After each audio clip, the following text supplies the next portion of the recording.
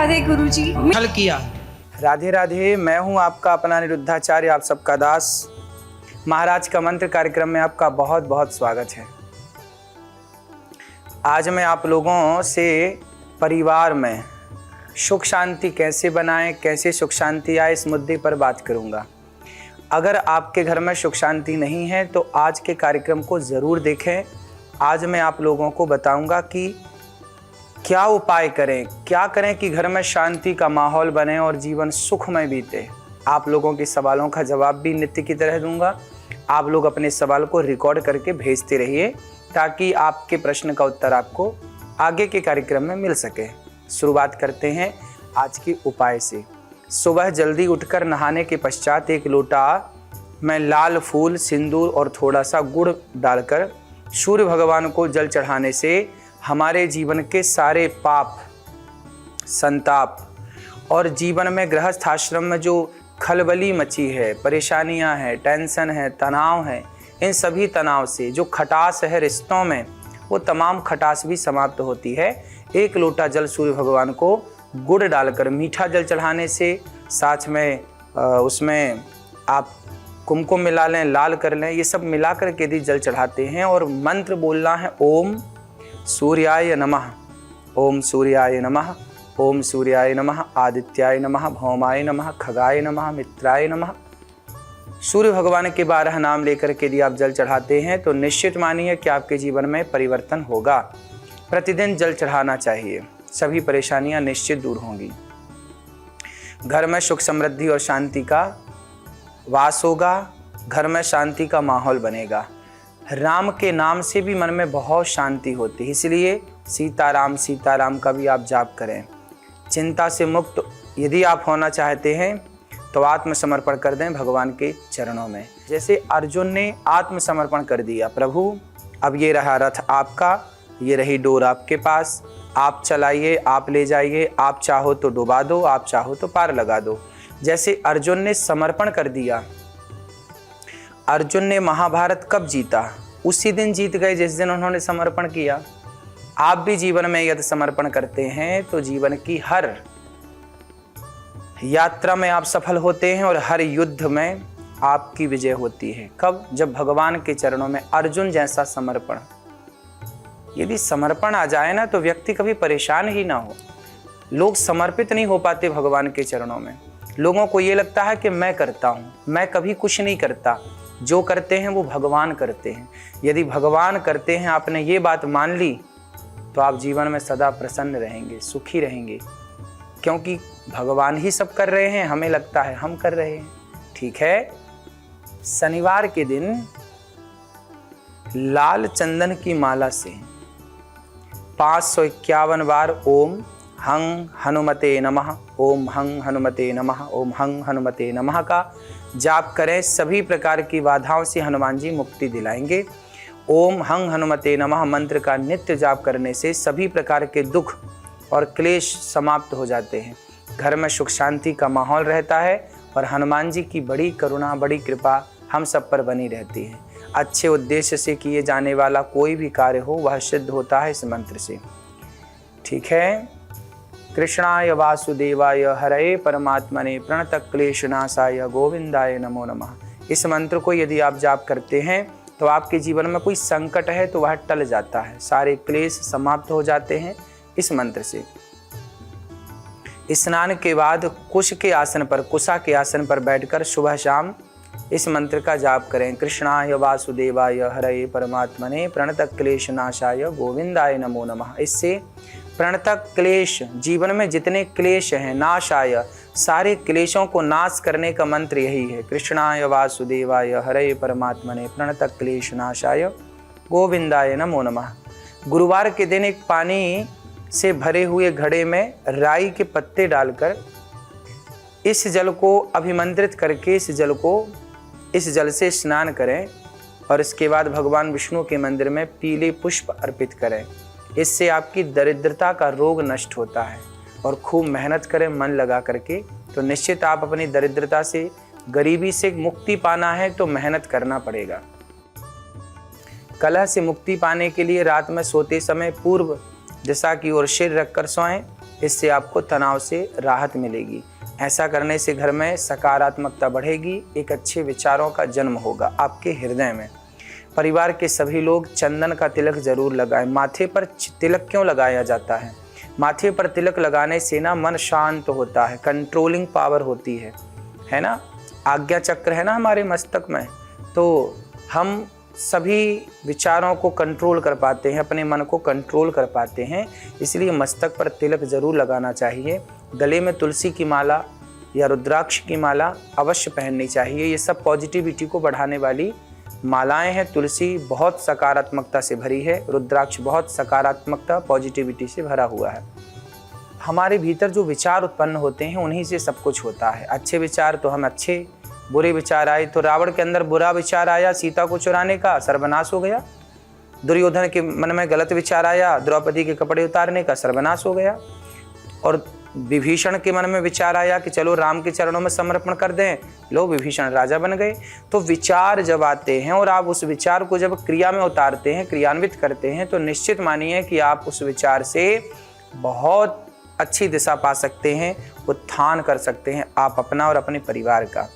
घर में इधर उधर चप्पल फैले रहने से भी वास्तु दोष होता है, इसलिए घर में यहाँ वहाँ चप्पल ना उतारो, एक स्थान बनाओ और सही जगह पर उतारने से जीवन में एक कहते हैं ना, सामान फैला हो तो आपको भी देखने में बुरा लगता है, सामान सुव्यवस्थित हो तो आपके मन में भी प्रसन्नता होती है। तो ये सब चीज़ें वास्तु दोष उत्पन्न करती हैं। जो फैली गंदी चीज़ें पड़ी हैं यहाँ से वहाँ, जूठा बर्तन पड़ा है, जूठा गिलास पड़ा है, जूठा थाली पड़ी है, जूठे कल के बर्तन अभी तक साफ नहीं हुए, चप्पल कहीं पड़ी है, जूता कहीं पड़ा है, मोजे कहीं पड़े हैं, कपड़े कहीं पड़े हैं, सब नकारात्मकता को प्रेजेंट कर रही हैं। ये सब चीज़ें आप विचारों से, गंदे विचारों से भर जाएंगे इस तरह यदि आप घर के वातावरण को बनाएंगे। इसलिए घर को साफ सुथरा रखिए।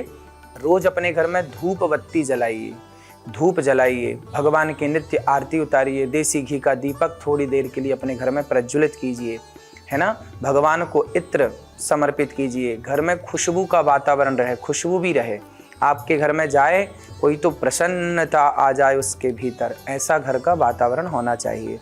बात करते हैं आज के भविष्य की।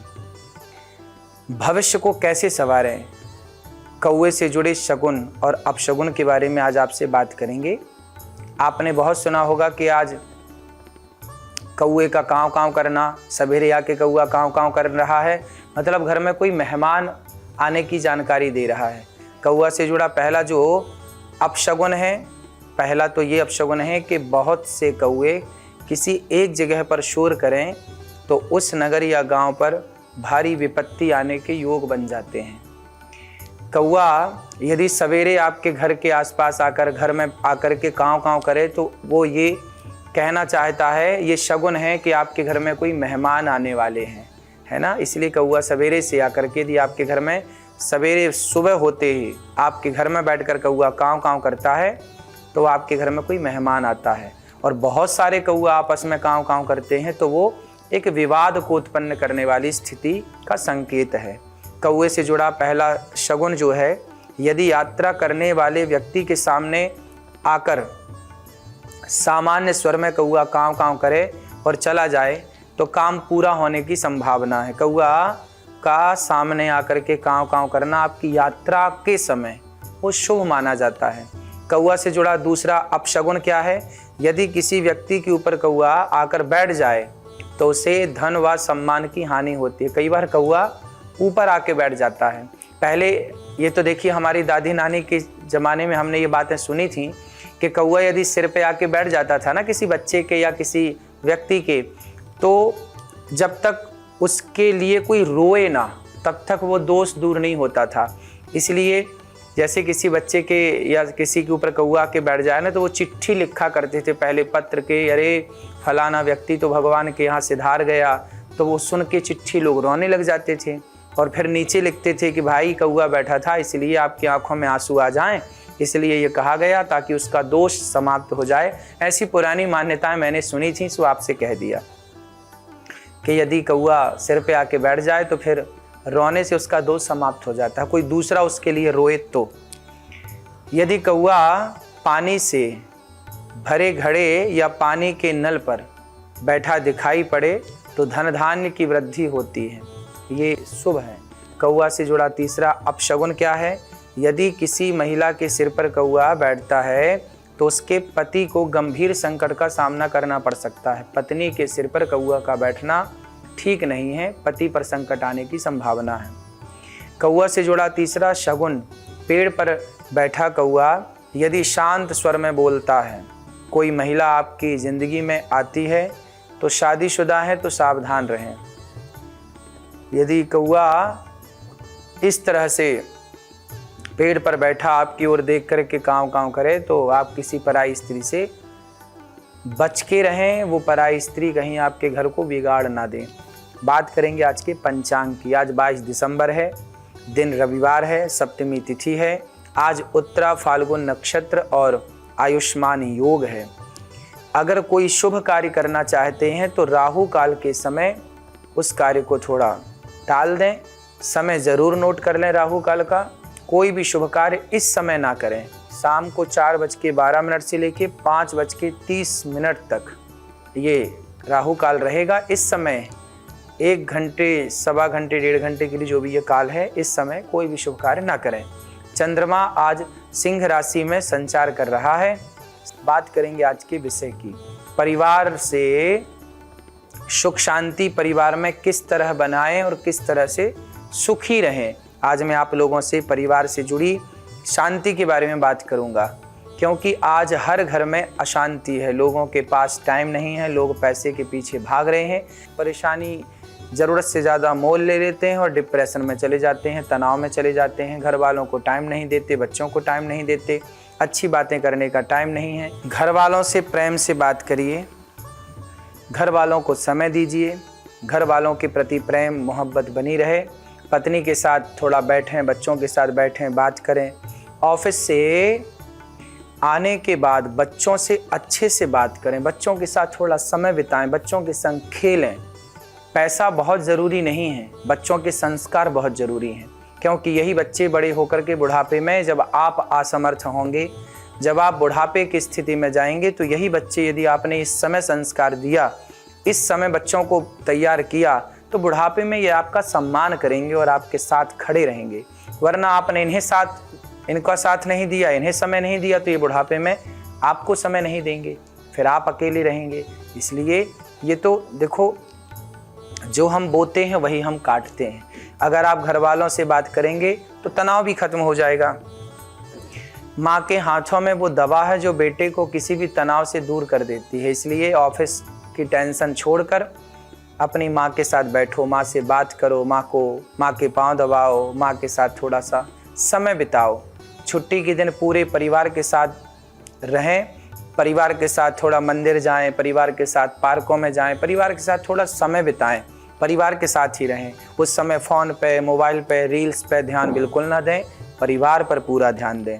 बहुएं अपने सास को, अपने ससुर को प्रेम से रखें, अपने परिवार को एक अच्छे माहौल में बना करके रखें। जब आप परिवार का ध्यान रखते हैं तो भगवान आपका ध्यान रखते हैं, सुख शांति बनी रहती है। बात करेंगे आज के समाधान की। घर में सुख शांति के लिए भगवान शिव और माता पार्वती की पूजा करनी चाहिए। भगवान शिव और माता पार्वती की पूजा से घर में सुख शांति समृद्धि आती है। घर में सफाई ज़रूर रखें और माँ लक्ष्मी का पूजन करें। इससे आपके घर में माँ लक्ष्मी स्थायी रूप से निवास करती हैं। शाम के समय दीपक ज़रूर जलाना चाहिए। रोज़ाना गाय और पक्षियों को रोटी ज़रूर खिलाना चाहिए।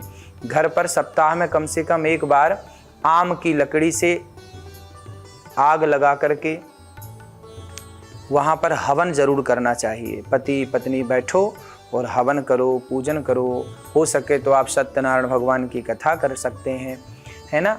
गूगल धूप मिला करके 27 बार अग्नि में आहुति दें। अपने गुरु मंत्र की आहुति दे सकते हैं। पूजा करते समय कपूर जरूर जलाना चाहिए। कपूर से भगवान की आरती जरूर करना चाहिए। कपूर को घर में जरूर रखना चाहिए। कपूर बच्चों को सूंघाना भी चाहिए। कहते हैं नाना प्रकार की बीमारियों को नष्ट करने की ताकत कपूर के भीतर होती है। कपूर जलाना भी शुभ माना जाता है और उससे बहुत सारे बैक्टीरिया भी समाप्त होते हैं। बात करेंगे आज के वार्तालाप की। पटना से शांतनु जी का सवाल है, महाराज जी मेरा और मेरी बहन के बीच में प्रॉपर्टी को लेकर विवाद चल रहा है। जैसे ही सेटलमेंट का वक्त आता है बहन की तरफ से और डिमांड आ जाती है, इसलिए मामला बढ़ जाता है। क्या करूं, मार्गदर्शन करें। मैं रिश्ता तोड़ भी चुका हूं लेकिन वो है कि मानती नहीं है। शांतनु जी, आप कह रहे हैं कि आपकी बहन से आपका प्रॉपर्टी को लेकर के कोई विवाद चल रहा है। ऐसा है, आप अपनी बहन को बिठा करके उसे समझाइए और समझा करके घर के मामलों में घर के लोग ही इन्वॉल्व हो करके, बड़े बुजुर्ग, माता पिता, और वो इस मैटर को ठीक करें। यदि आपके माता पिता हैं तो माँ बाप आपकी बहन को समझाएं, आप दोनों मिल करके जो हिस्सा आपका है वो आप ले लें, जो बहन का है बहन ले ले, और प्रेम पूर्वक रहिए, है ना। रिश्तों को पैसे के लिए, प्रॉपर्टी के लिए बिगाड़ना नहीं चाहिए, क्योंकि रिश्ता बड़े हैं। रिश्ता बड़ा होता है, प्रॉपर्टी बड़ी नहीं होती। रिश्ते सदा रहेंगे तो सब कुछ अच्छा रहेगा। इसलिए रिश्तों को बचाइए और बहन को भी ये बात समझनी चाहिए कि वो भी रिश्तों को बचाए और रिश्तों पर ध्यान दे, ना कि पैसे पर। प्रॉपर्टी आप जो बंटवारा है, जो माँ बाप ने बांटा होगा, वो आप लीजिए। किसके नाम पर है ये विचार का विषय है, जिसके नाम पर है वो उसका मालिक है। सरकारी दस्तावेज क्या कहते हैं ये आप देखिए, और जिसके नाम पर सरकारी दस्तावेज हैं वो उस प्रॉपर्टी का मालिक है। बात करेंगे आज के गुरु मंत्र की। आज के दिन को देखते हुए आपको सूर्य भगवान को प्रसन्न करने का विशेष मंत्र बता रहा हूँ। ओम आदित्याय विद्महे दिवाकराय धीमहि तन्नो सूर्य प्रचोदयात्। तो ये मंत्र आपको सूर्य भगवान की प्रसन्नता के लिए जपना चाहिए। यदि सूर्य ग्रहण की वजह से अगर आपकी कुंडली पर कोई बुरा प्रभाव पड़ा है तो वह भी शांत हो जाएगा इस मंत्र से। 108 बार इस मंत्र का जाप करिए, निश्चित लाभ मिलेगा। बात करेंगे आज के संस्कारों की। परिवार में बुजुर्गों की बात जरूर माननी चाहिए, बुजुर्गों का सम्मान जरूर करना चाहिए। बड़े बुजुर्गों का सम्मान यदि आप करते हैं तो कहते हैं बच्चे बूढ़े स्वयं भगवान का स्वरूप माने जाते हैं। यदि आप बड़ों का सम्मान करते हैं, बड़ों का आदर करते हैं तो निश्चित आपका भला होगा, कल्याण होगा। बात करेंगे आज के लकी कॉलर की। लखनऊ से गुड़िया का सवाल है, महाराज जी मेरे 2 बच्चे हैं, दोनों आपस में बहुत लड़ाई करते हैं, समझाने पर नहीं मानते, क्या करूं? कोई उपाय बताएं, घर की सुख शांति में दिक्कत आती है। आप अपने बच्चों को रामचरितमानस पढ़ाइए, आप अपने बच्चों को राम और भरत जी का चरित्र पढ़ाइए, कथाएं सुनवाइए, और आप बच्चों को धीरे धीरे मोटिवेट करिए, समझाइए कि बेटा प्रेम बड़ी चीज़ है, झगड़ा बड़ी चीज़ नहीं है। आप बच्चों को बताइए कि राम जी किस तरह भरत से प्रेम करते हैं और भरत अपने भाई से किस तरह प्रेम करते हैं। रिश्तों का महत्व क्या है, रिश्ते क्या हैं, ये सब बच्चों को बचपन में ही बताना स्टार्ट करना चाहिए। एक दूसरे के लिए कैसे हमें खड़े होना चाहिए, कैसे हम एक दूसरे का आदर करना चाहिए, ये बचपन से बताइए। और कथाएं सुनवाइए बच्चों को। धीरे धीरे जब कथाओं से, सत्संग से जुड़ेंगे तो सत्संग से ही बच्चों के अंदर संस्कार प्रकट होंगे, वरना आप समझा ना पाएंगे। इसीलिए कथाएं सुनाइए बच्चों को, रोज वो कथाएं सुने, थोड़ा थोड़ा, निश्चित उनके जीवन में बदलाव होगा। बात करेंगे कल के विषय की। शादी में देरी हो रही है तो क्या करें, इस विषय पर कल बात करेंगे। गौरी गोपाल आश्रम में जितनी सेवाएं चलती हैं, वृद्ध माओं की सेवा, अन्य क्षेत्र की सेवा, रसोई की सेवा, आपसे मेरी प्रार्थना है कि इन सेवाओं से आप भी जुड़ें और आप भी बेसहारा वृद्ध माओं का सहारा बने। जिस लायक ईश्वर ने बनाया है बेसहारा माओं के लिए, आप खड़े हों और वृद्ध माओं की सेवा जरूर करें। राधे राधे।